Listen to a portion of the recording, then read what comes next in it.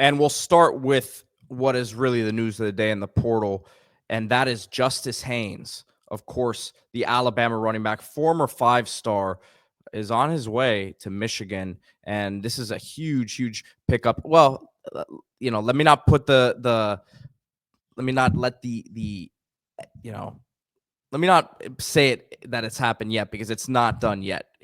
That's the belief right now. It's actually been the belief for about a week now since he entered the portal. But it looks like that's going to be his landing spot. Yeah, and let's just assume this is the move because it really does make a lot of sense here for Michigan and Justice Haynes. So, first of all, the specs, you're talking about 5'11", 210, classic running back build, squatty guy. Last year at Alabama, 448 yards, 5.7 yards per carry, 7 touchdowns. A guy with a lot of pedigree, Buford, Georgia, 5-star player. His dad was a 5th rounder in 2005 from University of Georgia, Veron Hayes. Also, Justice played baseball in high school, so great athlete and a guy who is, despite that athletic background, is your classic running back build and style. Stay square, great balance, patience, good feet, strong. And when you're Michigan, you lose your top 2 backs, Mullings and Edwards. You are a run-based organization. Even without Jim Harbaugh, you are still going to be a run-based organization. Even with Bryce Underwood coming in, that's part of your identity as a program. I don't think that'll ever change.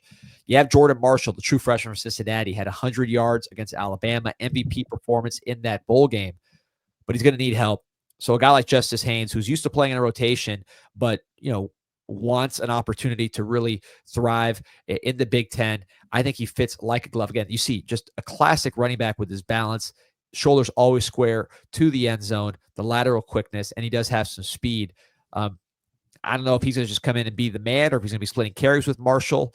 They are both probably more similar than Mullings and Edwards, which was more of a true thunder and lightning combo.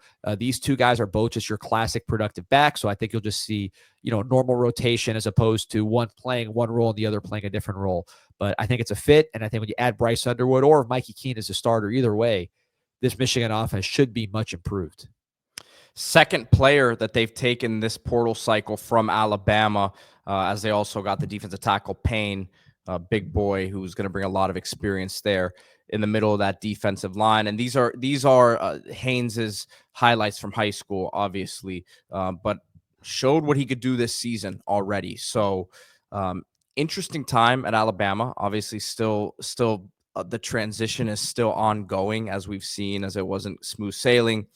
Not a great end to the season here for them. But if you're Michigan, they've had a nice haul here in the portal, and at this point, I'm sure they could add a couple more, but this really puts a nice cherry on top of what they've done. Yeah, and really the key for Michigan was getting that portal situation, or so that quarterback situation squared, which they did with the 2 additions. But even beyond that, if you look at the game against Alabama, which barely missed the playoffs, you didn't have either of the quarterbacks that you're relying on next year. You didn't have Haynes. You just had the true freshman Marshall. You didn't have Mullings either, so you just had the true freshman Marshall, and you were able to get enough done in that particular ball game to win. So you have talent. You have a good team. And when you add a guy like Haynes, it's going to upgrade your running game. Defensively, you're still missing a couple pieces there to the draft with the loss of Will Johnson, Mason Graham, Kenneth Grant. These are first-round players. But you're built on running game. You're built on controlling the clock, and he fits in like a glove.